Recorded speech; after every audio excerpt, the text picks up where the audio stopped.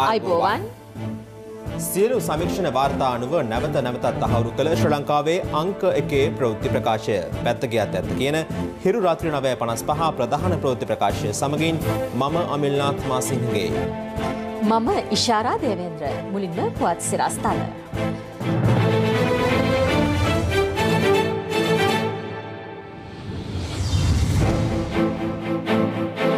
Corona මෘතදේහ භූමදානයට අවසර දෙයි. රජයේ තීරණය ගැන ඇමරිකාවේ ප්‍රසාදය. දෙවන දිනටත් අද ආසාදිතයන් 900 පනී. කොරෝනා මරණ 375 දක්වා ඉහළට.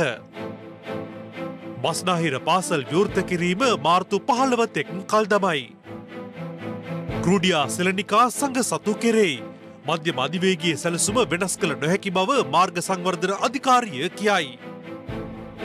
පාස්කු කොමිසමේ වාර්තාව ගැන මහජන ආරක්ෂක ඇමතිගෙන් හෙළිදරව්වක්. පෞද්ගලික ප්‍රබලයෝ ඉන්නවද? ජනාධිපති කොමිසමේ මම හිතන්නේ ඒ වගේ නම් කීපයක් තියෙනවා.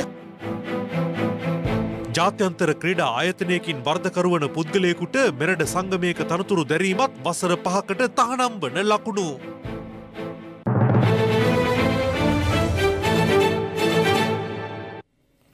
COVID-19 ආසාදිතව මේ යන පුද්ගලයන්ගේ මලසිරු භූමදානය සඳහා අවසර ලබා දෙන බව අග්‍රාමාත්‍ය මහින්ද රාජපක්ෂ මහතා අද පාර්ලිමේන්තුවේදී ප්‍රකාශ කළා.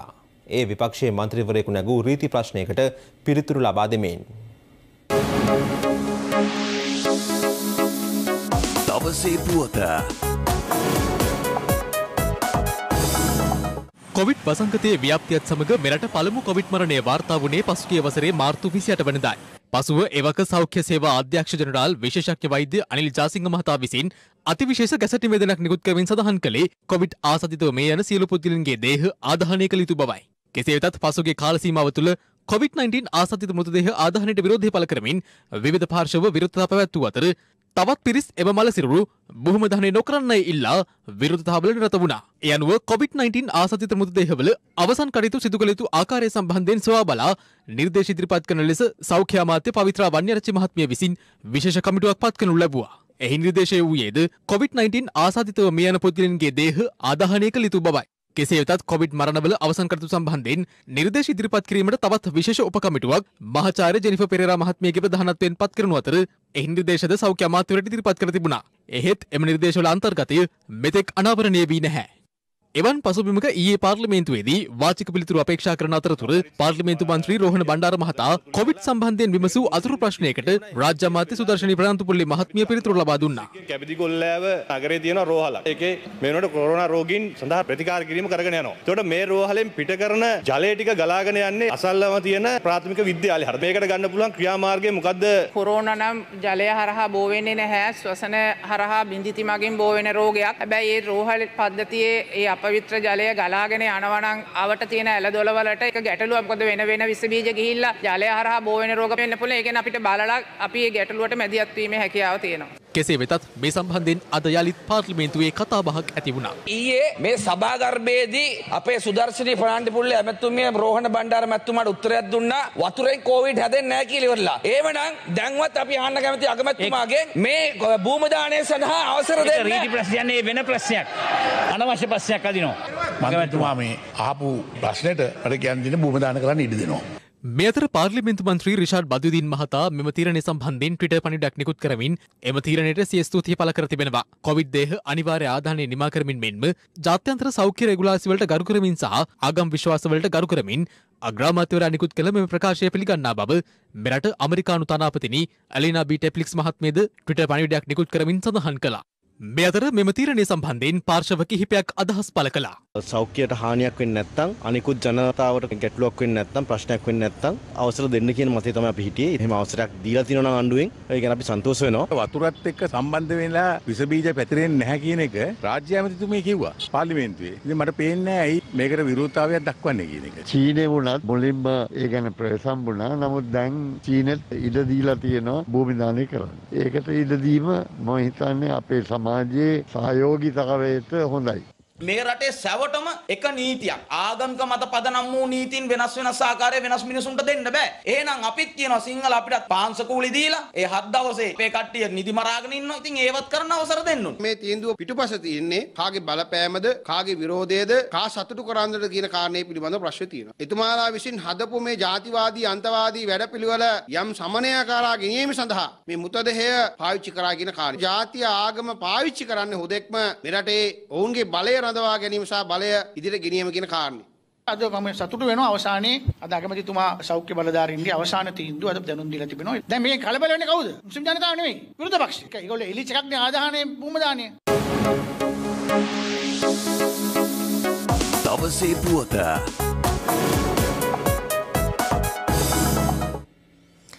අද දිනේ COVID-19 ආසාදිතයන් 955 දෙනෙකු වාර්තා වුණා.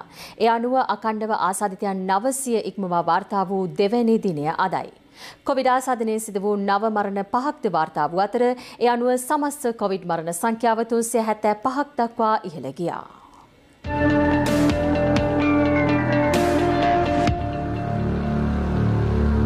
කොවිඩ් ආසාදිතයින් 955 දෙනෙකු අද දිනේ හඳුනා ගැනීමත් සමග මෙරට සමස්ත ආසාදිතයින් සංඛ්‍යාව 72166ක් දක්වා ඉහළ ගියා. පුද්ගලයන් 591 දෙනෙකු අද සුව ලැබූ අතර ඒ අනුව සුව වූ සංඛ්‍යාව සටහන් වන්නේ 65644ක් ලෙසයි. දිනකදී මෙරටින් හඳුනාගත් වැඩිම ආසාදිතයින් සංඛ්‍යාව ඊයේ වාර්තා වූ අතර එය 976ක්. දෛනික ආසාදිතයින් 900 සීමාව ඉක්මවා ගිය පළමු අවස්ථාවද මේ වනවා. එම ආසාදිතයින්ගෙන් 252 දෙනෙකු හඳුනාගත්තේ කොළඹ දිස්ත්‍රික්කයෙන්. 227 දෙනෙකු ගම්පහ දිස්ත්‍රික්කයෙන් සහ 150ක් වාර්තා වුණේ මහනුවර දිස්ත්‍රික්කයෙන්. මේ අතර බස්නාහිර පළාතේ පාසල් ආරම්භ කිරීමේ වැඩපිළිවෙල සම්බන්ධයෙන් අධ්‍යාපන අමාත්‍යවරයා අදහස් පළ කළා. සෞඛ්‍ය බලධාරීන්ගේ නිර්දේශය තමයි මාර්තු 15 වෙනිදා සාමාන්‍ය පෙළ විභාගයේ අවසන් වූ විගස මුළු බස්නාහිර පළාතේම පාසල් විවෘත කරනවා පළවෙනි ශ්‍රේණිය ඇතුළු. ඒ වගේම දැනට පැවැත්වෙන 11 වෙනි ශ්‍රේණිය පන්ති ඒවා දිගටම පැවැත්වෙනවා. දැන් මේ තීරණය බස්නාහිර පළාතේ ජාත්‍යන්තර පාසල් වලට රජයේ අනුමත පෞද්ගලික පාසල් වලට බලපානවා. මේකේ කිසිම බලපෑමක් නැහැ දිවයිනේ සෙසු ප්‍රදේශ. මෙම තීරණය සම්බන්ධයෙන් ලංකා ගුරු සංගමයද අදහස් පළ කළා. දැන් මේකෙන් පැහැදිලි අධ්‍යාපන අමාත්‍යාංශයේ බස්නාහිර පළාතේ පාසල් විවෘත කිරීම සම්බන්ධයෙන් වගකීම් සහගතව කටයුතු කරන්නේ නැහැ කියන කාරණාව. මේ වන විට පාසල් ගණනාවක කොරෝනා ආසාදිත දරුවෝ ඉන්න, ගුරුවරු ඉන්න. දැන් ඇත්ත ප්‍රකාශ කරොත් තමයි දෙමෝපිය දැනගන්නේ අපේ පාසලේ මේම ප්‍රශ්නයක් තියෙනවා. එතකොට මේකට මෙන්න මේ පිළියම යොදන්න ඕනේ. එහෙම කියන්නේ සම්පූර්ණයෙන්ම සංගවනවා. ඉතින් මේක බරපතල ප්‍රශ්නයක් රෝග ව්‍යාප්තිය සම්බන්ධයෙන්. මේ අතර බටපොළ පොල්ලැව්ව ප්‍රදේශයේ පෙර පාසලක දැරියක් කොවිඩ් ආසාදිතයෙකු බවට හඳුනා ගැනීම නිසා එම පෙර පාසල මේ මාස 23 වෙනිදා දක්වා වසා දැමීමට බඩපොළ මහජන සෞඛ්‍ය පරීක්ෂකවරුන් පියවරගෙන තිබෙනවා. පෙර පාසලේ ගුරුවරයන් 3 දෙනෙක් සහ ළමුන් 10ක් ස්ව නිරෝධහණයෙන් ලක් කෙරුණා. ගම්පහ පොදු වෙළඳ සංකීර්ණයේ තවත් ව්‍යාපාරිකයන් 17 දෙනෙකුට COVID-19 වෛරසය ආසාදනය වී ඇති බව තහවුරු වී තිබෙනවා. ඒ අනුව ගම්පහ නගරයේ වෛරසය ආසාදනය වූ ව්‍යාපාරිකයන් සංඛ්‍යාව 75ක්. මෙම ආසාදිතින් පිරිස දින 4කදී වාර්තා වීම විශේෂත්වයක්. මෙම තත්ත්වයත් සමග ගම්පහ පොදු වෙළඳ සංකීර්ණයේ වෙළඳ සැල් ඇතුළු නගරයේ වෙළඳ සැල් 250කට අධික සංඛ්‍යාවක් මේ වන විට වසා දමා තිබෙනවා.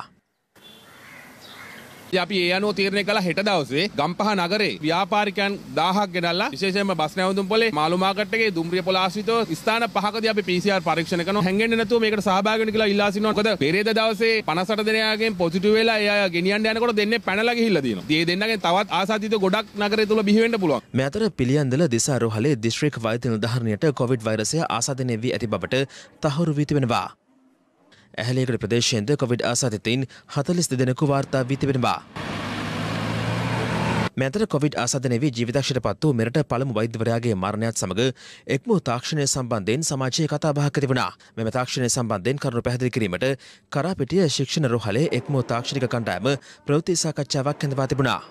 යම්කිසි රෝගියෙකුගේ හදවත හෝ පෙනහළු අකර්මණ්‍ය වුණොත් తాවකාලිකව ඒ රෝගියා ජීවත්ව තබා ගැනීම තමයි මේ එක්ම තාක්ෂණය අපි පාවිච්චි කරන්නේ. හැබැයි ඒ රෝගය සුව කළ හැකි රෝගයක් වෙන්න ඕනේ. හැම රෝගියෙකුටම මේ තාක්ෂණය පාවිච්චි කරන්න බෑ. අපි කණ්ඩායම එකතු වෙලා කොයි රෝගියාටත් මේක දාන්න කියලා තීරණය කළා ඒක යොදන්නේ. එක්ම තාක්ෂණය සමග අපිට වඩා ගොඩාක් අත්දැකීම් තියෙන රටවල් වල කියන දේ තමයි ඉක්මනට වෛද්‍ය ප්‍රතිකාර සොයාගන්න. එතකොට ප්‍රතිකාර ක්‍රම වඩාත් සාර්ථක ලෙස කරගන්න පුළුවන්. කොවිඩ් සම්බන්ධව අපේ දැන් තියෙන අත්දැකීමත් එක්ක තමයි වැදගත්ම පණිවිඩේ. ඒක අසාධ්‍ය වුණාම ප්‍රතිකාර ක්‍රම ගොඩක් අපහසුයි. ඒක හින්දා වැඩියම අවධාරණය කළ යුත්තේ සියලුම සෞඛ්‍ය ආරක්ෂක ක්‍රමවේද හොඳින්ම පිළිපදින්න කියන එක.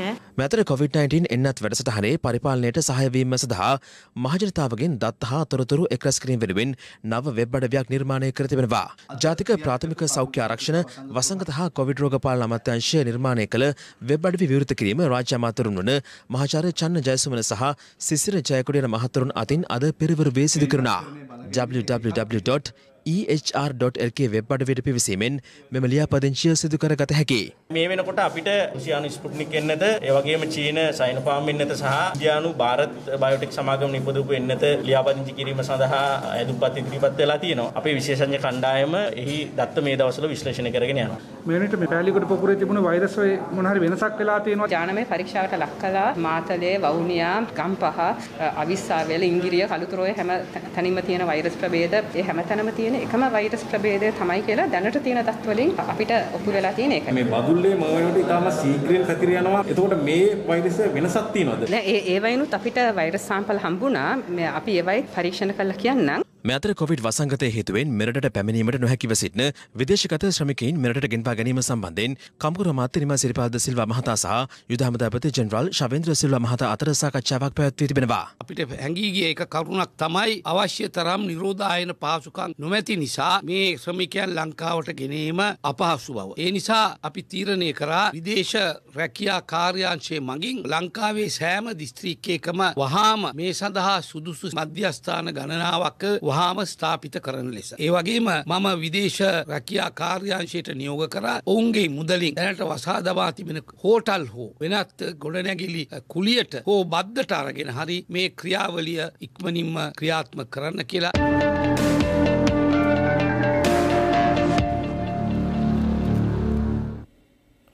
අධිකරණයට අපහාස කිරීම සම්බන්ධයෙන් වරදකරු වී සිරදඩුවම් විදින රංජන් රාමනායකට පාර්ලිමේන්තු රැස්වීම් වලට සහභාගී වීමට පවතින තත්ත්වය යටතේ තවමත් ඉඩ ලබා දිය නොහැකි බව කතානායක මහින්දයාපා අබේවර්ධන මහතා අද පාර්ලිමේන්තුවට ප්‍රකාශ කළා.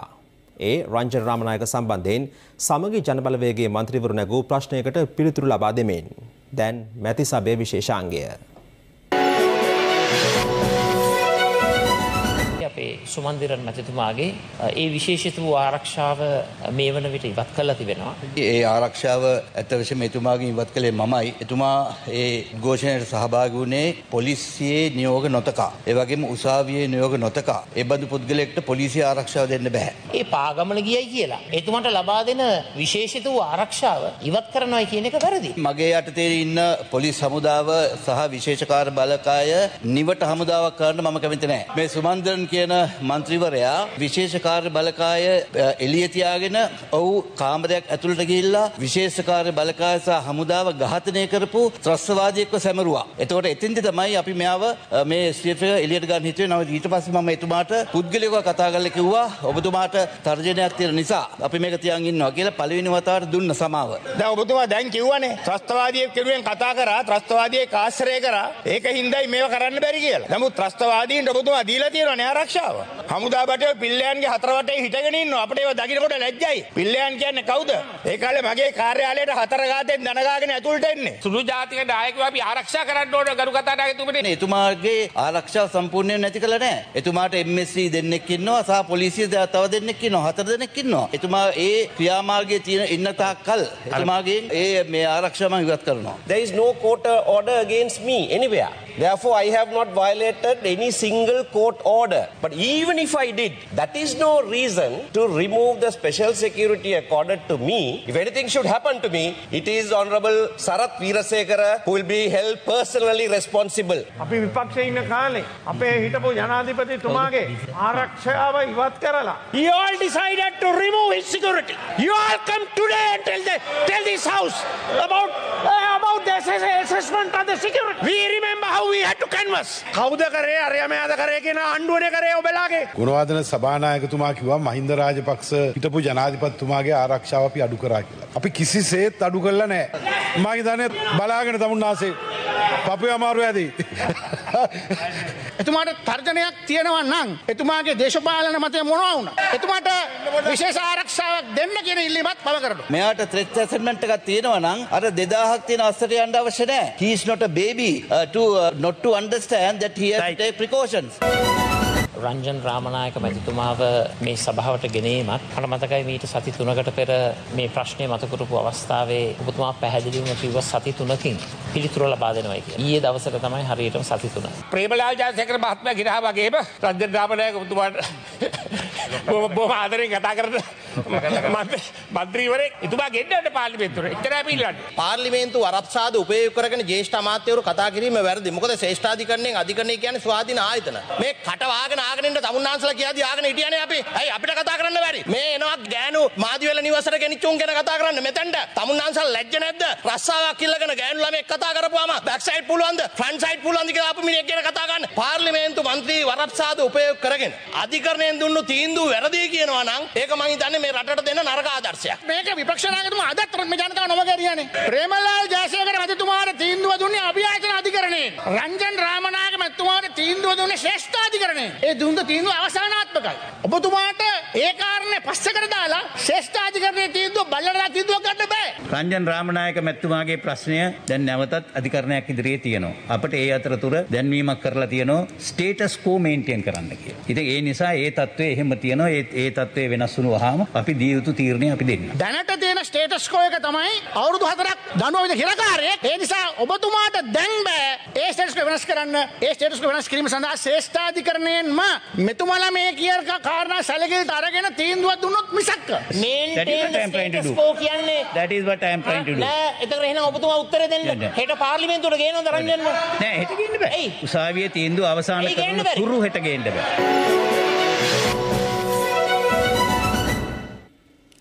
සතියන්ත ජාතික පුවත්පතකට කර තිබූ ප්‍රකාශයක් පදනම් කරගනිමින් ශ්‍රී ලංකා පොදු ජන පෙරමුණ සහ අමාත්‍ය විමල් වීරවංශ මහතා අතර ඇතිව තිබෙන මතකැටුම සම්බන්ධයෙන් පාර්ශව කිහිපයක් අද අදහස් පළ කළා. නුගේගොඩ රැලිය සංවිධානය කරන්න දිනේෂ් කුණුවන් ඇමතුමා, වාසිය නානායක්කාර මැතිතුමා, ඒ වගේම උදේගම්මන්පිල මැතිතුමා, විමල් වීරවංශ මැතිතුමා. ඒ අය තමයි මේ පුරෝගාමී ජනතා බලවේගයේ ඒකරාශී කරගෙන මහ දැවැන්ත ජන බලවේගයක් පවුරක් නිර්මාණය කළේ. ඒ වගේම දේශප්‍රේමී ජාතිකවාදී කොටස් බලමුළු ගැන්වී එකතු කළේ. ඒ කිසිසේත්ම අව탁සේරු ලක් නොකළ යුතුයි. එතුමාට අයිතිය තියෙනවා එතුමාගේ පක්ෂීය අනන්‍යතාවය රැකගෙන යම් දෙයක් කියන්න. හැබැයි එතුමාට අයිතියක් නැහැ පොදු ජන පෙරමුණේ නායකයා අහවලා විය යුතුයි කියලා කියන්න. මේක මේ ප්‍රේමදාස මහත්තයා කල්ලියටවත් 103 කල්ලියට తాවකාලික මෝඩ චූන් ගන්න එපයි කියලා විරුද්ධ පක්ෂයට කියනවා. දැන් ඒ සටන එලිපිටම ඇවිල්ලා පාරවල් ගානේ කෑ ගන්න තත්යකට ඇවිල්ලා තිබෙනවා. මේක එහෙ මෙහෙ යන අය වෙන වෙන න්‍යාය පත්‍රවල ඉන්න අය එකතු කරගෙන හදාගත්ත ආණ්ඩුවක් මේක. තව ඉස්සරහට යනකොට අර කතාවක් තියෙනවානේ එළිවෙන ජාමයට තමයි හොඳ හොඳ සෙල්ලම් කියලා. මහින්ද රාජපක්ෂ මහත්තයා පෙරදුනට පස්සේ 2015 ලොකු කාර්යයක් විමල් වීරවංශ මහත්තයා කරා. ඔය කෑ ගහන අය දැන් ඒව දන්නේ නැතුව ඇති. ඉතින් විමල් වීරවංශ මහත්තයාට මෙච්චර මේ කෑ ගහන්න දෙයක් නැහැ. පත්තරේ අනුව එතුමා කියලා තියෙන්නේ මහින්ද රාජපක්ෂ මහත්තයා දැන් අයින් විය යුතුයි කියන එක. අයින් වෙලා ගෝඨාභය රාජපක්ෂ මහත්තයාට නායකත්වය දෙන්න ඕනේ කියන එක. ඒක නම් මම අනුමත කරන්නේ නැහැ. ඒක මං කියන්න ඕනේ. ඒක මං අනුමත කරන්නේ නැහැ. මං කියන්නේ මහින්ද රාජපක්ෂ මහත්තයා තමයි දැනට ලංකාවේ ඉන්න හොඳම නායකයා. ඒක මං හැමතැනම කෑ ගහලා කියනවා. දැන් මේ ආණ්ඩුව ඇතුලේ ආණ්ඩුවට විරෝධයක් තියෙනවා කියන ඒ ගැම්ම පෙන්නලා මේ ආණ්ඩුව ගොඩ යන්න හදනවා. නිසා විමල් වීරන මහත්තයෝ ඔයා අවංකන. ඔයා ඔය නාටකයක් නෙවෙයිනේ අපි කියනවා. ඔය කියන කාරණේ කරලා පෙන්නන්න. දැන් කියනවනේ ඉල්ල අස් වෙන්න කියලා. ඉල්ල අස්සුනා නම් අපිට පිළිගන්න පුළුවන් රටට වෙන ගන්න පුළුවන් මේක නාටකයක් නෙවෙයි කියලා. මහින්ද රාජපක්ෂ මහත්තයා මම දකින්නේ මේකේ පන්සලේ නායක හාමුදුරුවෝ වගේ. අපි මේ පින්කම කරන්න දායකත්ව දුන්නා. ඔය සමහර උදවිය ඉන්නවා කවි කියපු අය. නායක හාමුදුරුවෝ කවි කියන්න බැහැ කියලා නායක හාමුදුරුවෝ පින්කම නොකර ඉන්නේ නේ. නායක හාමුදුරුවෝ කවි එක මුදලට ගෙනාවා. පින්කම ඉවර කෙරුවා. ගාස්තුව දුන්නා. කවියව පිටත් කෙරුවා. හැබැයි කවියට පන්සලේ ඔප්පුව ලියලා දෙන්නේ නේ. මම හිතන්නේ විමල් වීරවංශ මහත්තයාත් දැන් මේ පන්සලේ ඔප්පුව ලියලා දෙන්න කියන වගේ කතාවක් තමයි කියන්නේ. පොහොට්ටුවේ අත දාන්න විමලට එපා කියලා කියනවා නම් අපි ඒකට විරුද්ධයි. ඔය පොහොට්ටුවක් ගොඩනගන්නට, පොහොට්ටුවක් හදන්නට ජනාධිපති වර්ණයක් මහමැතිවරණයක් විතර ගේන්න කැපවෙච්ච බුද්ධිලෙක් විමල් කියලා කියන්නේ. පක්ෂ ලේකම් ආලේ මොකක් හරි කියලා පස්වෙනි ඔක්කොම හදාගත්තේවා. ඒකනේ මම කිව්වේ ළමයා ඉපදෙන පස්වෙනි නම් දාගෙන ඔක්කොම කළේ කියලා. ඉස්සර මේ ළමයා ඉපදලා ඉවරයිනේ. මේ ඊයේ පෙරේදා පාර්ලිමේන්තුවට ඇවිල්ලා මහින්ද සුළඟෙන් බිහිට ලබලා මේ දැන් ලොක්ක වෙන්න කියලා හරියන්නේ නැහැ නේ පාර්ලිමේන්තුව ඇතුලේ. ඒකනේ අපිට කියන්නේ අපි මේ ඇත්ත වශයෙන් මේ අපි දැන් කියලානේ අනේ අර 6ක් 7 නොදන්න කිරිසොප්පේ කරන අනුකම්පා කරන්න කියලා අපිට ඒකයි කියන්න වෙලා තියෙන්නේ. පාස්කු කොමිසමේ අවසන් වාර්තාවට පසුගිය ආණ්ඩුවේ ප්‍රබලයින් කිහිප දෙනෙකුගේ නම් ඇතුළත් බව මහජන ආරක්ෂා පිළිබඳ අමාත්‍ය ආචාර්ය සරත් වීරසේකර මහතා පවසනවා. කොළඹදී පැවති උත්සවකින් අනතුරුව මාධ්‍ය වෙත අදහස් දක්වමින් අමාත්‍යවරයා මේ අදහස් පළ කළා. නීතිපතිවරයා කියලා තිබ්බා මේ පාස්කු පහර සම්බන්ධයෙන් මේ ගොනු කරලා තියෙන ඒවා මේ අඩුපාඩු තියෙනවා කියලා තිබ්බා. අපි දන්නවා සිද්ධීන් 8ක් වුණා. ඒ සිද්ධීන් 8ටම උද්දෘත 8ක්. ඒ කියන්නේ ලිපිගොනු 8ක් දැන් බාර දීලා තියෙනවා පොලිසිය විසින් නීතිපතිතුමාට. නීතිපතිතුමා ඒකටත් මම හිතන්නේ නීතිඥවරු 12ක් පමණ යොදවලා තියෙනවා. ඊට පස්සේ දැන් එතුමා බලන් හිටියේ මේ ජනාධිපති කොමිසමේ අවසන් වාර්තාව ලැබෙනකම්. අවසන් වාර්තාව ලැබුණා. ඒක නීතිපතිට ගියාට පස්සේ තමයි ඒකේ තියෙන අලුත් සාක්ෂි සමග එකතු කරලා තමයි අවශ්‍ය කරන නඩුව පවරන්න. ඉතින් මාස කිහිපය තුළදී ජනතාවට දැනගන්න පුළුවන් වෙයි කොහොමද මේ නඩුව විභාග වෙන්නේ. පෞද්ගලික ආණ්ඩුවේ ප්‍රබලයෝ ඉන්නවද දඬුවම් විඳින්න? ඒ ජනාධිපති කොමිසමේ මම හිතන්නේ ඒ වගේ නම් කිහිපයක් තියෙනවා. ඉතින් ඒකත් හිතන්න වෙනකොට ජනතාව අතරට පටලයි. කෙසේ වෙතත් පාස්කු ප්‍රහාරය පිළිබඳ කොමිෂන් වාර්තාව සම්බන්ධයෙන් සාකච්ඡා කිරීමට ඉදිරියේදී විශේෂ කැබිනට් රැස්වීමක් පැවැත්වීමට නියමිතයි. මේ අතර කොළඹ අගරාධගුරු අතිඋතුම් මැල්කම් කාදිනල් රංජිත් හිමිපාණන්ද ජනාධිපතිවරයා වෙත ලිපියක් යොමු කරමින් පාස්කු කොමිෂන් සභා වාර්තාවේ පිටපතක් Taman වෙත ලබා දෙන ලෙස ඉල්ලා ඇතැයි හිරු ප්‍රවෘත්ති ඔස්සේ අප අනාවරණ කළා. ඒ සම්බන්ධයෙන්ද අදාළ කැබිනට් රැස්වීමේදී සාකච්ඡා කරනු ඇති බවයි රජයේ ආරංචි මාර්ග සඳහන් කළේ. මේ අතර මහනුවරදී පැවති සම්මන්ත්‍රණයක් අමතමින් ජනතා විමුක්ති පෙරමුණේ දේශපාලන මණ්ඩල සභික කේ.ඩී. ලාල්කාන්ත මහතා පාස්කු කොමිසමේ වාර්තාව සම්බන්ධයෙන් අදහස් පළ කළා. පාස්කු ප්‍රහාරය කරේ තියාගෙන ගියේ කවුද? මිනිස්සු දන්නවා. කොමිසමෙන් උත්තරේ නැහැ.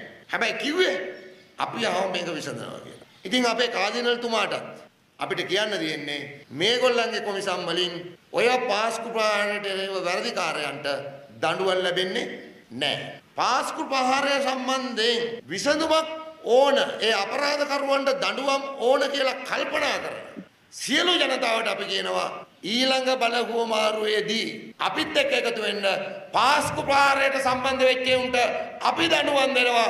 ඊට මෙහායින් දඬුවම් හම්බෙන්නේ නැහැ. ඊට මෙහායින් දඬුවම් හම්බෙන්නේ නැහැ. අපිට hina වෙන්න වෙන්නේ මේවට අදෝමුකෙන්. ඒකට හේතුව ඊබ්‍රාහිම් වැනි මේ පාස්කු ප්‍රහාරයේ ප්‍රධාන චූදිතයන් තමන්ගේ පක්ෂය ඇතුළට දාගෙන ඔවුන් නඩත්තු කරමින් ඔවුන්ගෙන් යැපෙමින් කටයුතු කරපු JVP මේ කණ්ඩායම මේ වගේ අමු විහිළු මේ රටට සැපයීම පිළිබඳව අපිට ඇත්තරම තියෙන්නේ බොහොම ජුගුස්සාවක්. හැමදාමත් අන්තවාදීන් පිටිපස්සේ ඉඳමින් අන්තවාදීන් රකිමින් අන්තවාදීන් පෝෂණය කරමින් විහිළු සපයන්න එපා මේ රටට. මේ අතර පාස්කු ප්‍රහාරයේ මෙහෙය වූ බවට සැලකෙන සහරන් හෂිම්ගේ බිරිඳ වන අබ්දුල් කාදර් ෆාතිමා හාදියා ඇතුළු සැකකරුවන් 6 දෙනෙකු මේ මාස 10 වෙනිදා දක්වා යලි රක්ෂිත බන්ධනාගාර ගත කරන ලෙස කොටුව මහේස්ත්‍රාත්වරයා නියෝග කළා. විවිධ ඉල්ලීම් මුල් කරගනිමින් දිවයිනේ ප්‍රදේශ කිහිපයක අද විරෝධතා සංවිධානය කර තිබුණා. ඒ ගොවීන් දීවරයන් ඇතුළු පාර්ශව කිහිපයක් විසින්. අන්තර් විශ්වවිද්‍යාලයේ ශිෂ්‍ය බල මණ්ඩලය මෙම විරෝධතාව ආරම්භ කළේ මීට දින 3කට පෙරයි. ඒ උසස් පෙළ කඩින් ලකුණු ගැටලුව නිරාකරණය කරගෙන විසින්නේ. කෙසේ වෙතත් විශ්වවිද්‍යාලයට අතුරු කරගන්නා ළමුන් සංඛ්‍යාව වැඩි කිරීමට තීරණය කළ බව අධ්‍යාපන අමාත්‍යවරයා ප්‍රකාශ කිරීමත් සමග මෙම විරෝධතා ව්‍යාපාරයේ తాවකාලිකව අත්හැර දැමීමට ඔවුන් තීරණය කළා. මේ අතර ත්‍රිකුණාමලයේ සුළුපණ දීවර කාර්මිකයින් අද පෙරවරුවේ ඔර්ලෝසු කණුව අභ්‍යාස විරෝධතාවකට නිරත වුණා.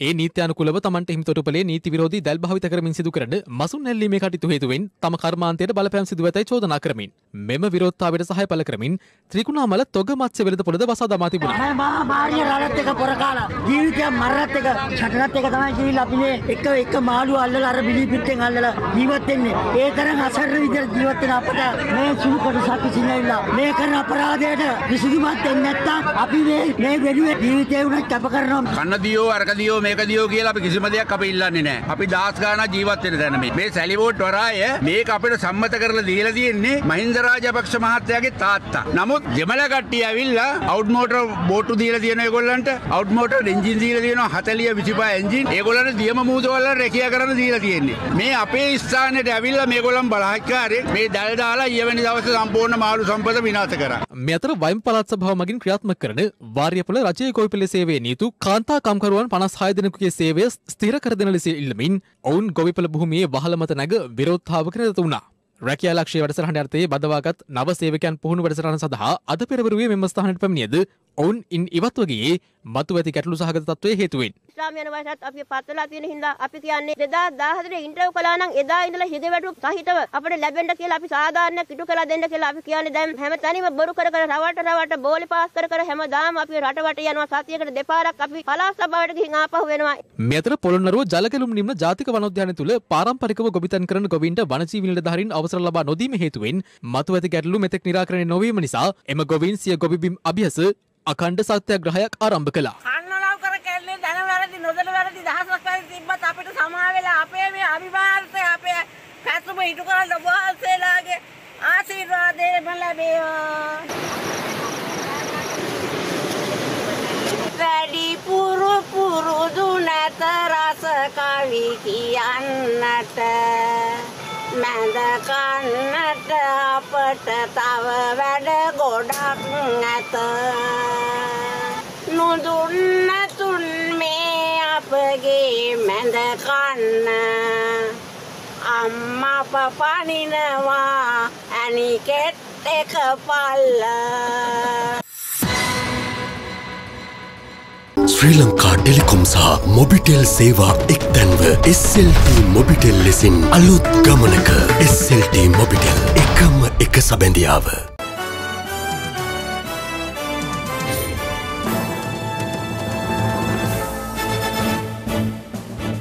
මතභේදයට ලක්වී ඇති ක්‍රෝඩියා සෙලනිකා ශාකයේ හේතුවෙන් මධ්‍යම අධිවේගී මාර්ගයේ සැලැස්ම වෙනස් කිරීමට හැකියාවක් නොමැති බව මාර්ග සංවර්ධන අධිකාරිය පවසනවා.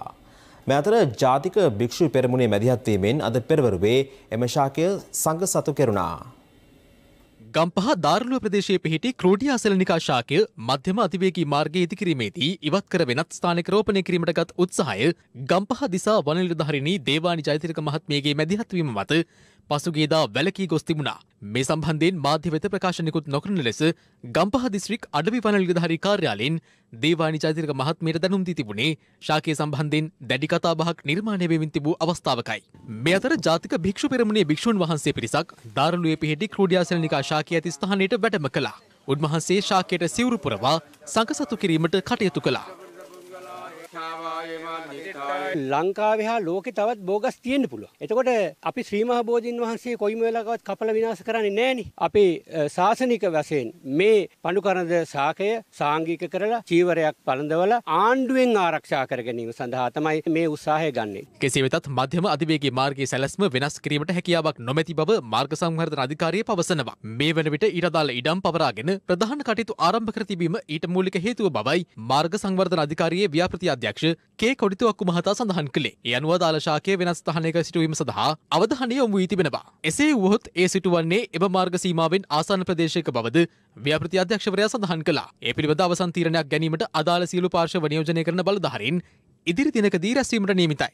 මේ අතර තිරසන සංවර්ධනයක් සඳහා වූ ජාතික ව්‍යාපාරය සඳහන් කළේ කතාබහට ලක්ව ඇති ක්‍රෝඩියා සෙලනිකා ශාකය වෙනස් ස්ථානයක රෝපණය සඳහා කටයුතු කළ යුතු බවයි. මේ ගේන යෝජනාවලිය තුල ශාකය වෙන තැනකට ගෙනියන්න පුළුවන් නම් අධිවේගී මාර්ගයක් ඉදි වෙනවා. ශාකයත් බේරෙනවා. සහ ශාකය මැරෙනවා නම් ඊට කලින් මේකේ පටක ගන්න පුළුවන්, පැල ගන්න පුළුවන් නම් අනිවාර්යෙන් කිසිම ප්‍රශ්නයක් නැහැ. අපිට තව මේක මුළු රට වටේම අපි මේක ව්‍යාප්ත කරමු. අපි මේකට විසඳුම ගහ බේර ගන්න අධිවේගී මාර්ග නවත්තන එක නෙවෙයි කියන එක අපේ අදහස. මේ අතර මෙම ශාකය වෙනස් ස්ථානයක රෝපණය කිරීමට බහරගෙන සිටි සමාගම ප්‍රවෘත්ති සාකච්ඡාවක් ඇඳවා තිබුණා. පේරාදෙණියේ උද්දිත උද්‍යානයේ ඉන්න ශාක පිළිබඳව දැනුම තියෙන නිලධාරී මණ්ඩලයකුත් ඒ වගේම ශාක හා සත්ව පිළිබඳව දැනුම තියෙන කමිටුවක් මගින් ඒගොල්ලන්ගේ උපදෙස් මත මුතුරාජ වෙල සාමාන්‍ය රූෆ් බෝල් කරලා නෙමෙයි අත්තක්වත් කපාන්නේ නැතුව මේක උපරිම ආකාරයෙන් සංරක්ෂණය කරලා ගෝනින් මේ ශාකය ගෙනහල්ලා මේක රෝපණය කරන්න කියලා අපි ඉදිරිපත් වුණා. නමුත් අපිට ඒ සඳහා අවස්ථාවක් ලැබුණ නැහැ. මේ අතර මධ්‍යම පරිසර අධිකාරිය නිවේදනයක් නිකුත් කරමින් පැවසුවේ අදාළ ශාකය සම්බන්ධයෙන් මධ්‍යම පරිසර අධිකාරිය සතු බලතල ප්‍රකාරව ගත යුතු සියලු පියවර නිවැරදිව ගෙන ඇති බවයි. මෙම ශාකය සම්බන්ධයෙන් මාර්ග සංවර්ධන අධිකාරිය ඉදිරියේදී කරන ක්‍රමවේදය පිළිබඳව සවිස්තරාත්මක වාර්තාවක් තම අධිකාරිය වෙත ඉදිරිපත් කරන ලෙසද දැනුම් දුන් බව එම නිවේදනයේ සඳහන්. මේ අතර පේරාදෙණිය උද්දිත උද්‍යානයේ නියෝජ්‍ය අධ්‍යක්ෂ අචලා අත්නායක මහත්මිය සඳහන් කළේ ක්‍රෝඩියා සෙලනිකා වර්ගයේ තවත් ශාක 7ක් දිවයිනේ විවිධ ස්ථානවලින් හඳුනාගෙන ඇති බවයි. ඒ ගම්පහ බෙම්මුල්ල, ගම්පහ උද්දිත උද්‍යානය, දොරණකොට දකුණ, මිනුවන්ගොඩ හැන්දිමහර, කඩුවෙල සහ ගම්පහ දාරලුව යන ප්‍රදේශවලින්. එමෙන්ම පේරාදෙණිය උද්දිත උද්‍යානයේ මේ වන විට ක්‍රෝඩියා සෙලනිකා පැල 20කට ආසන්න සංඛ්‍යාවක් ඇති බවද නියෝජ්‍ය අධ්‍යක්ෂවරයා සඳහන් කළා.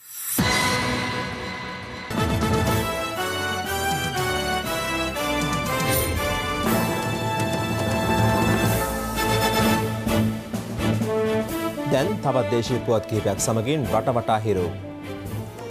රටවටා හිරු. නව මහාධිකරණ විනිසුරුවන් 12 දිනකට පත්වීම් ලිපි ප්‍රදානය කිරීම ජනාධිපති ගෝඨාභය රාජපක්ෂ මහතා අතින් ජනාධිපති කාර්යාලයේදී අද පෙරවරුවේ සිදු කෙරුණා. දිසා විනිසුරුවන්, මහේස්ත්‍රාත්වරුන්, අතිරේක දිසා විනිසුරුවන් සහ රාජ්‍යයේ ජ්‍යෙෂ්ඨ අධිනීතිඥවරයෙකු නව මහාධිකරණ විනිසුරුවන් 12 දෙනාට අයත්. නියමිත කාලයට පෙර බැංකු ණය වාරික සහ රථවාහන ලීසින් වාරික සියල්ල ගෙවා නිම කිරීමේදී මූල්‍ය ආයතන විසින් අධි බහරයක් අය කිරීම ඉවත් කිරීමේ හැකියාව සොයා බලන ලෙස මුදල් අමාත්‍ය අග්‍රාමාත්‍ය මහින්ද රාජපක්ෂ මහතා මහ බැංකුවට උපදෙස් ලබා දී තිබෙනවා. මිල ස්ථායීකරණය යටතේ අලෙවිකරණ භාණ්ඩ සම්බන්ධයෙන් සොයා බැලීම සඳහා වෙළඳ අමාත්‍ය බන්දුල ගුණවර්ධන මහතා අද සතොස තොග කබඩාව සහ අලෙවිසැල් නිරීක්ෂණය කළා. පඩු මිල වැඩි වෙනවා කියන්න බෑ. මේ වන විට පුද්ගලික අංශයක් සමහර භාණ්ඩ මේ මිලටම දෙන්න සොපිරි වෙළඳසල් දාලා අද දිනේදී පුවත්පත් දැන්වීම පළ කරලා තිබුණා. ඒක තමයි වෙන්න ඕනේ. දුම්රිය ස්ථානාධිපතිවරුන් අද මධ්‍යම රාත්‍රියේ සිට වෘත්තීය ක්‍රියාමාර්ගයකට එළඹීමට තීරණය කරන බව දුම්රිය ස්ථානාධිපති සංගමය පවසනවා. කළුතර බන්ධනාගාරයේ තාප්පයට ඉහළින් එය තුළට විසිකරන ලද පාර්සලයක තිබී ජංගම දුරකථනයක්, සිම් කාඩ් පතක්, දුම්කොළ මිටි 18ක් මෙන්ම දුරකථන චාර්ජරයක්, ලයිටර් දෙකක්, කුඩා ඉන්දිකටු 12ක් සහ ගම් බෝතලයක් දැතුළු භාණ්ඩ කිහිපයක් සොයාගත් බවයි බන්ධනාගාර දෙපාර්තමේන්තුව සඳහන් කළේ. අමරිකාවේ සිට පාර්සල් මගින් ගෙන්වන ලද කුෂ් මද්‍රව්‍ය කිලෝග්‍රෑම් 1යි ග්‍රෑම් 150 බහරයට ගැනීමට රේගු මද්‍රව්‍ය පාලන අංශය කටයුතු කර තිබෙනවා. රුපියල් ලක්ෂ 80කට වඩා වැඩි වටිනාකමකින් යුත් මෙම මද්‍රව්‍ය තොගය කොළඹ ප්‍රදේශ කිහිපයක ව්‍යාජ ලිපින කිහිපයකට මුද්‍රණය කර තිබූ ඒවා බවයි රේගු මද්‍රව්‍ය පාලන අංශය පැවසුවේ.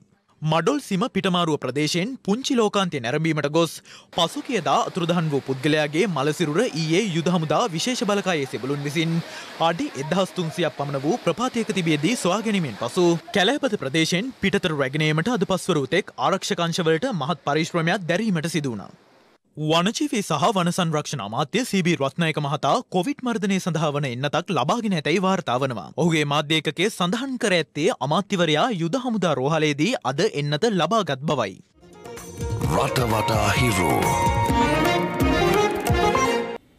ජාත්‍යන්තර ක්‍රීඩා තහනමකට හෝ වෙනත් වංචා හා දූෂණ චෝදනාවකට වරද කරවන පුද්ගලයෙකුට වසර 5ක් යනතුරු මෙරට කිසිදු ක්‍රීඩා සංගමයක තනතුරු සඳහා ඉදිරිපත් විය නොහැකි බව ක්‍රීඩා අමාත්‍ය නාමල් රාජපක්ෂ මහතා පවසනවා. මෙරට සෑම ක්‍රීඩා ක්ෂේත්‍රයක්ම නියෝජ්‍ය වන ආකාරයට නව ක්‍රීඩා පනතක් ගෙනීමට කටයුතු කරන බවද අද ජනමාධ්‍ය අමාත්‍යාංශයේ පැවති සාකච්ඡාවකට එක්වමින් ක්‍රීඩා අමාත්‍යවරයා වැඩිදුරටත් සඳහන් කළා.